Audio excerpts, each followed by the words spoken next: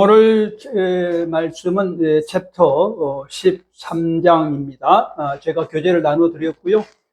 책하고는 많은 차이가 있습니다. 책이 약간 얕기 때문에 제가 좀 보완을 해서, 또 여러분들은 수준 높은 분들이기 때문에 조금 수준을 높였습니다. 그래서 교재보다도 이게 제 강의안을 참고하는 것이 좋겠습니다. 부족하지만 나름대로 또 제가 보완을 많이 했고, 제가 가진 얄팍한 지식이지만 조금 정리를 좀 했습니다. 오늘 13장은 남왕국 존속시대 선지자라고 제가 제목을 달았습니다. 자, 우리가 지금 예언서, 선지서를 공부하고 있어요. 선지서는 17권이잖아요. 그래서 이걸 문필, 그러니까 글로 쓴 선지서, 이렇게 해서 문필 선지서, 쓴 사람들을 문필 선지자, 이렇게 말합니다. 책이 17권이지만은 예레미야와 예레미야 예가를 썼기 때문에 16명인 거죠. 그래서 선지자는 16명으로 그렇게 되어 있습니다. 그런데 이 선지자들을 어떻게 나눌 것인가 지금까지 많은 분들이 고민했었죠. 소리가 안 들려요? 죄송합니다. 그래서 17명의 선지자들을 어떻게 분류할 것이, 16명의 선지자들, 17권의 책을 어떻게 분류할 것인가, 분류에 대해서 고민을 많이 했습니다. 근데 분류를 대부분이 대선지서, 소선지서, 이렇게 나눴어요. 대선지서는 좀 긴 선지서를 말하고, 그 다음에 짧은 것을 소선지서로 이렇게 나눴습니다. 뭐 이유가 있을 거로 생각됩니다. 그러나 저는 조직신학자로서 그렇게 분류하는 것은 큰 실익이 없다라고 생각을 했어요. 저는 크게 네 가지로 나눠서 설명을 합니다.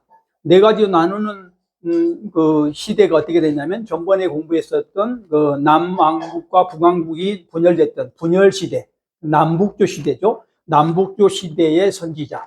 그래서 성경을 쓴 사람이 7명이기 때문에 7명 선지자가 있고, 북왕국이 722년에 멸망하잖아요. 그리고 남왕국이 586년에 멸망한데, 북왕국이 멸망한 이후에 있는 선지자들, 오늘 문필 선지자가 4명인데 그 사람들을 남왕국 존속시대 선지자 이렇게 나누고요. 586년에 멸망하잖아요. 멸망한 후에 537년, 주전이죠. 537년에 포로가 귀환되는데 그 포로기 동안에 활동한 문필 선지자가 3명입니다. 그래서 그거를 바벨론 포로 시기 선지자 이렇게 말하고요. 537년부터 시작을 해서 이제 포로 귀환이 되는데, 귀환한 이후에 활동한 선지자가 3명입니다. 그래서 바벨론 포로 이후 선지자 이렇게 해서 4유형으로 나눈다. 나눈 이유가 있어요. 왜냐하면 예언서가 어떤 내용이냐면, 바벨론 포로, 조금 더 양보하면 아수르 포로를 중심으로, 그거를 주제로 소재로 예언서가 쓰여지기 때문에 그렇습니다. 예를 들면 지금 심판을, 징계를 이렇게 예언할 때 어떤 예언이냐면, 이 예언서 전체 17권이 하나님의 법을 어기면 너희들은 아수르 바벨론의 포로가 된다 라는 것이 이 예언서의 소재입니다. 그런 다음에 포로가 됐잖아요. 된 이후에는 세 사람은 어떻게 포로 생활을 해야 되는 것인가, 그리고 포로를 생활을 잘하면 어떻게 될 것인가를 예언합니다. 그리고 포로로 완전히 귀환된 이후에 쓴 세 사람의 문필 선지자들은 이제 포로 귀환이 됐으니 어떻게 살 것인가에 대한 비전을 제시하고 예언하는 겁니다. 그러니까 예언서는 1차적으로 예수 그리스도를 예언하거나 또는 무슨 부활을 예언하거나 또는 십자가를 예언한 것이 아니고, 모두가 다 바벨론 포로를 소재로 주제로 예언하고 있다. 이것만 알면 예언서 해석이 굉장히 지적이고 명쾌해지고 확실해집니다. 제가 이 말을 지금 서두에 길게 한 이유는 대부분의 목사님들이 해석을 그렇게 안 하시더라고요. 자꾸 예언서만 들어가면 예수 그리스도 십자가 부활 없는데, 성경에 안 나와 있는데 왜 그렇게 하시는지를 모르겠으나 그렇게 해서는 안 된다는 거예요. 물론 예언서라고 하는 것은 산의 원리, 마운틴 시어리에 의해서 어떻게 합니까? 1차적으로 해석한 다음에 십자가를 바라볼 수 있죠. 그건 목회자의 해석권입니다. 그러나 성경의 여기 예언서에 예수 그리스도 십자가 부활이 나타나지 않는데 억지로 내 마음대로 예언하면 무조건 예수로 연결하는 것은 매우 잘못된 거다. 구약을 모독하는 행위다라고 생각하기 때문에 제가 오늘 지금 서두에서 이렇게 말씀을 드리고 있는 것입니다. 전번주에는 뭐냐면 남북조 시대에 930년부터 722년까지 7명의 문필 선지자와 상당 8명의 비문필 선지자가 어떻게 사역했는가를 설명드렸습니다. 오늘은 이제 북쪽 이스라엘이 722년에 멸망하고 이제 586년 남쪽 이스라엘이 멸망할 때까지 어떤 선지자가 활동했는가를 설명을 할 겁니다. 여기에 설명의 인원은 문필, 성경을 쓴 사람은 4명입니다. 나훔, 스바냐, 예레미야, 하박국 4명이고요. 또 비문필 선지자가 많이 있었겠지만 제가 발견한 것은 2사람 정도입니다. 중요한 사람이 훌다와 우리야라는 사람입니다. 그래서 오늘 공부는 6명을 해석함으로 6명에 대해서 공부함으로 오늘 공부가 끝나게 될 것으로 믿습니다. 자, 오늘 첫 번째 문필 선지자부터 공부를 합니다. 제가 1장이라고 교재를 만들어 놨는데요. 문필 선지자를 볼 때 제 관심은 누가 먼저 시작을 했는가, 이 사람들이 어떤 순서로 사역을 시작했는가에 관심이 있습니다. 제일 먼저 시작한 사람이 나훔입니다. 주전 661년에 시작했고, 두 번째는 스바냐입니다. 주전 630년입니다. 30년 후죠. 세 번째는 예레미야인데 예레미야가 주전 627년 3년 후에 시작을 했고, 네 번째는 하박국입니다. 하박국이 17년 후에 610년에 시작을 해서 문필 선지자, 성경을 기록한 선지자는 이런 순서로 사역을 했다. 저의 관심은 순서도 중요하지만 얼마나 오랫동안 사역했는가라는 것입니다. 오랫동안 사역했다는 것이 굉장히 중요한 의미를 가질 수 있기 때문에 그런 거죠. 그래서 누가 가장 오래 했는가? 네 사람 중에 나훔이 49년, 예레미야가 41년, 하박국이 11년, 스바냐가 1년. 그래서 저는 이제 감각적으로 평균 1인당 몇 년 했을까? 계산을 제가 계산기로 해봤더니 25.5년을 했습니다. 상당히 긴 시간입니다. 물론 이 시간은 앞에 첫 번째 공부했었던 남북조 시대 7명과 비교할 때 짧습니다. 남북조 시대 7명은 38.7년을 했죠. 그러다 보니까 차이가 13.2년이 납니다. 남북조 시대보다 남한국 전속 시대의 선지자들이 짧겠다는 거죠. 그러나 이거는 그냥 단순 비교하면 안 되죠. 남북조 시대는 208년이었고, 그러니까 930년부터 722년까지 208년이었고, 남한국 전속 시대는 136년입니다. 722년부터 586년까지 시간이 짧기 때문에 상대적으로 짧을 수밖에 없다. 그러니까 이들이 사역했던 25.5년이 결코 짧다고 볼 수는 없다고 하는 것을 제가 말해줍니다. 그러나 이걸 통일 왕국에 있는 또는 남조, 북조의 왕들과 한번 비교해 볼 필요가 있어요.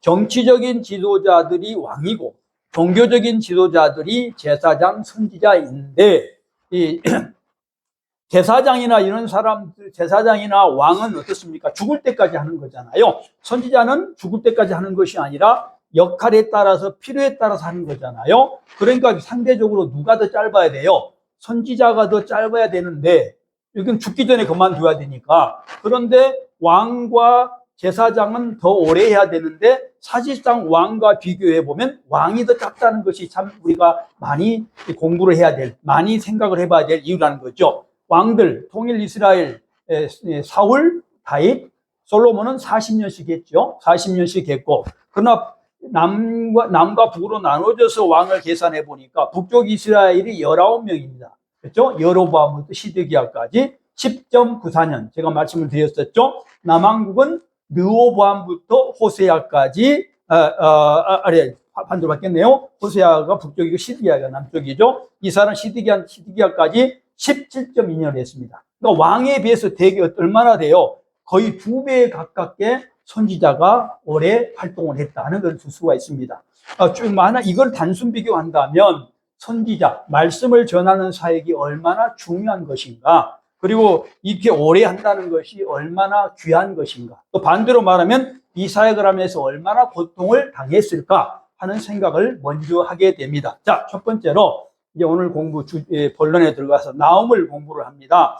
나홈이라는 사람은 주전 661년부터 612년까지 49년을 사역을 했습니다. 사역지가 어딜까요? 아수르를 예언하고 유다에 대해서 예언한 사람이고요. 그리고 남조만 있었던 시대의 첫 번째 문필 선지자입니다. 예언서가 다 그렇듯이 두 가지 주제로 되어 있어요. 전부 다가. 하나는 심판, 하나는 뭐죠? 회복. 두 가지입니다. 심판과 회복 두 가지 주제로 다 되어 있습니다. 예언서가 우리 생각할 때는 심판만 있을 것 같은데 전부 다 회복이 들어있어요. 그래서 두 가지가 복음입니다. 신약시대와 똑같은 복음을 갖고 있다고요. 덜 떨어진 복음이 아니고 완벽한 복음이라 이 말입니다. 그래서 그 심판과 회복이라고 하는 것으로 나와 있다, 이렇게 보여집니다. 심판은 어떻게 하는 거예요? 불법에 의해서 하는 겁니다. 언약에 의해서 하는 것이 심판입니다. 언약 없이 심판하신 적도 없고요. 언약을 무시하고 심판하신 적이 없습니다. 그죠? 회복도 뭐죠? 언약이 법이잖아요. 법에 의해서 회복을 한다. 이게 두 가지로 되어 있다, 이렇게 보시면 될 것 같습니다. 자, 오늘 나홈에 대해서, 나홈은 어디 사람인가? 제 관심은 여기에 흘러갑니다. 엘고스 사람이라고 나와 있고, 수많은 자료를 다 찾아봐도 엘고스가 어딘지는 제가 알지 못했습니다. 때가 되면 좀 알아야 될 텐데 제가 잘 모르기 때문에 모른다. 엘고스가 어딘지는 모른다. 출신지가 어딘지는 엘고스라는 것 외에는 잘 모른다라고 말할 수 있습니다. 많은 학자들이 등장을 했습니다. 이것 때문에 저도 관심이 많아서 많이 연구해봤지만 이 학자들을 요약을 해보니 세 가지 정도로 요약이 됐습니다. 첫 번째, 엘고스는 갈릴리 지역이다. 왜 그랬을까요? 갈릴리 가면 가버나움이 있잖아요. 베드로의 고향, 야고보 요한의 고향, 예수님이 후반기에 사역했던 장소가 가버나움인데, 가버나움 뜻이 뭐예요? 나훔의 마을이란 뜻입니다. 그러니까 문자적으로 나훔의 마을이니까 나훔이 가버나움에 태어나지 않았을까라고 순진하게 해석하는 겁니다. 근거가 없습니다. 두 번째는 이 사람이 아수르 지역을 위해서 사역을 했기 때문에 아수르가 있는 메소포타미아 지역, 소위 말하면 니네베죠. 니네베 지역, 우리는 니누에로 번역했지만 니네베지 않습니까? 원래 이름이. 그곳에서 출신일 것이다. 순전히 뭐 때문에? 사역 때문에 그런 거죠. 근거가 별로 없지요. 왜냐하면 아수르에서 태어나지 않았다고 할지라도 사역할 수 있잖아요. 오늘날 우리들도 한국에 태어나지만 아프리카 가서 사역하듯이 그럴 수 있기 때문에 별로 근거가 없다라고 보여집니다. 세 번째는 남유다 지역에 위치한 마을로 여기 엘고스를 이해하고 있습니다. 왜 그럴까요? 나홈이라는 사람이 지금 유다 백성에게 위로와 소망을 전하는 메시지, 이걸 전하고 있습니다. 그러다 보니 또 특별히 이 당시에는 남쪽 유다만 존속했기 때문에 남쪽 유다 사람일 것이다 라고 생각이 되는 거죠. 저는 이 학설이 옳다고 생각합니다. 그래서 저는 이 사람을 남쪽 유다 사람, 예루살렘에서 또 가까운 곳에서 활동한 선지자, 이렇게 정의하고 출발을 합니다. 이 사람은 무슨 일을 했을까? 사람이라고 하는 것은 태어나면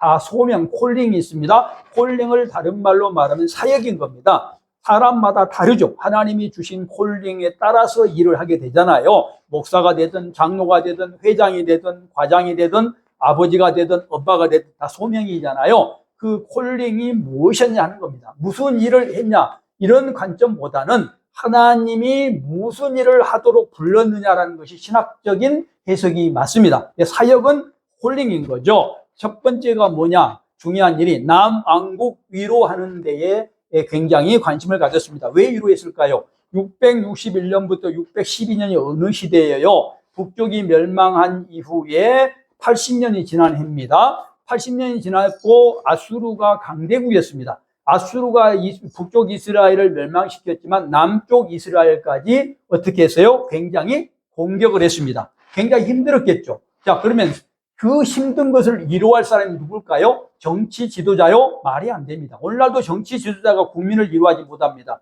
돈 몇 푼 줘서 위로될 수 있는 게 아니고 무슨 자기의 마음을 말한다고 해서 정치 지도자들이 위로할 수 있는 게 아닙니다. 위로의 선봉에 든 사람이 누구죠? 목회자죠. 오늘날에도 목회자가 힘든 사람, 상처받은 사람을 위로할 사명이 있는 거죠. 바로 지금 이 사람은 그래서 아수르에게 공격당한 이들을 위해서 어떻게 해요?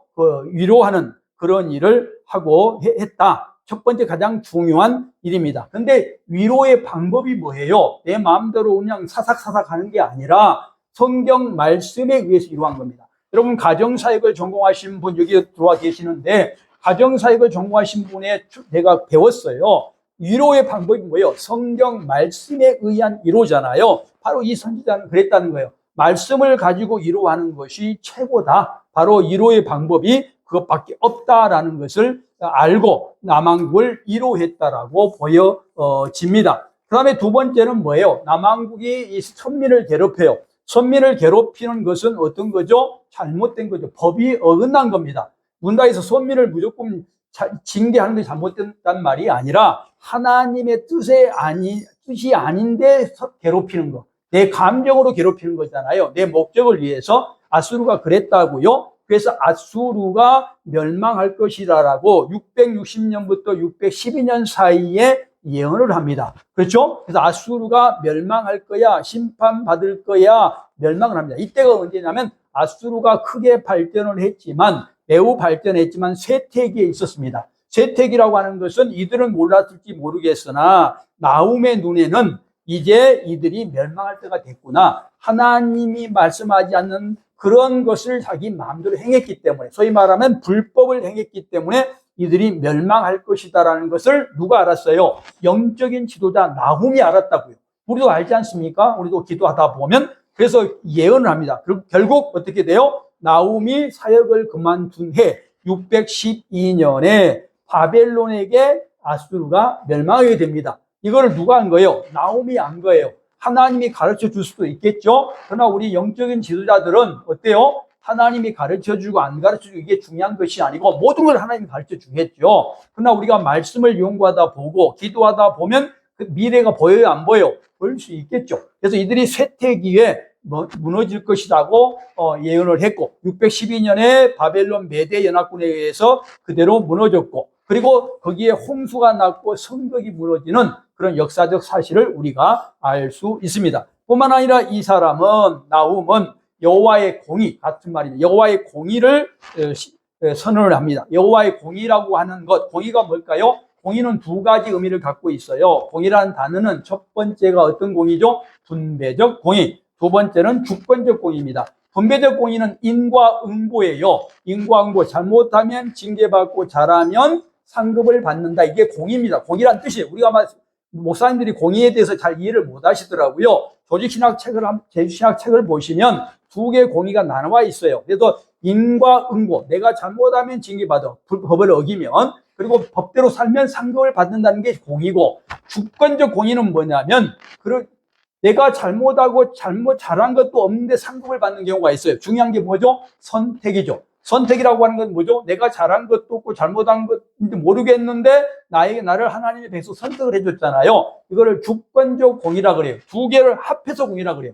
어떤 분은 사랑 반대가 공의라고 말하는 분이 계세요. 엉터리입니다. 그런 말 쓰시면 절대 안 돼요. 사랑 반대가 공의가 아니고, 공의라는 단어는 그 말이 아니라 두 가지라고요. 두 가지. 그래서 그 두 가지를 여러분들이 꼭 이해를 하시면 될 것 같고요. 이 사람은 공의를 선언하는데 나훔은, 여기에 공의는 뭘까요? 주권적 공의가 아니고 분배적 공의겠죠. 너희들이 잘못했기 때문에 심판받아 라는 것이죠. 심판의 방법은 질투와 보복으로 드러납니다. 질투와 보복을 쓴 이유가 뭘까요? 뜻이 우리가 또 일반적으로 우리가 생각하는 질투, 보복을 쓰니까 이상하게 돼버립니다. 여기 질투를 번역을 했지만 히브리어로는 카나입니다.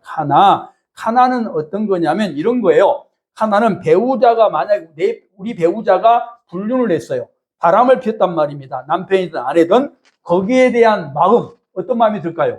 우리들 질투심이 생기겠죠. 다른 남자하고 다른 여자하고 바람 핀다는 것, 그러면 질투심이 생기잖아요. 하나님의 마음이 그런 마음이라는 거예요. 내가 지금 선택을 해서 내 아들로, 내가 지금 공짜로 선택했잖아요. 선택을 했는데 어떻게 돼요? 다른 데로 갔어. 다른 데로 불법을 행하고 다른 종교를 믿든가 우상을 숭배해. 그런 마음을 카나라는 마음으로 지금 말해주고 있는 거지. 우리가 지금 기분이 나빠가지고 질투한다는 마음이 아니다고요. 하나님을. 그다음에 보복은 낙함이에요. 보복이란 단어는 번역이 이렇게 됐지만 저한테 번역하라고 하면 불법에 대한 징계예요. 불법. 하나님은 법치주의자예요.